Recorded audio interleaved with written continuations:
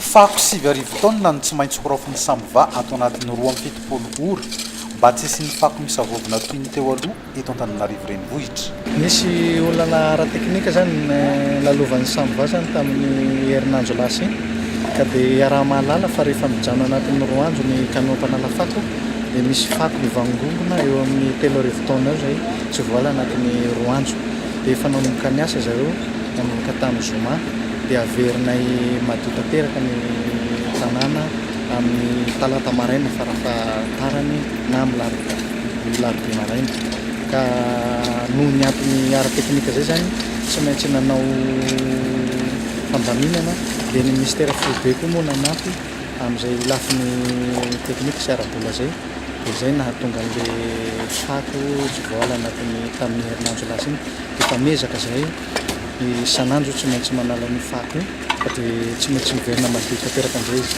Ireto avy ny fepetra noraisin'ny Samva hanatanterahana ny fandraofana fako amin'ny fotoana faran'izay haingana taorian'ny fiatona ara-teknika izay. Nampiakarina ho 20 nisan'ny fiara Baptiste fako eny Andralanitra, nampiakarina ho 70 ihany koa nisan'ny mpiasa mpanangopako miasa andro manalina. Minosy manantena ireo vahoaka fa tsisy fako miparitaka intsony zany amin'ny herinandro ambony. Vola mahery ny 500 tapitrisa ariary isam-bolana farafahakeliny no tsy maintsy ampiasain'ny Samva amin'ny fandraofana fako eto Antananarivo renivohitra. Noho izany nanentana hatrany ny tali Jenaralin'ny Samva ny mba handraisan'ny tsirairay andraikitra amin'ny fitantanana sy tsy hanaparitahana fako avy any an-tokantrano.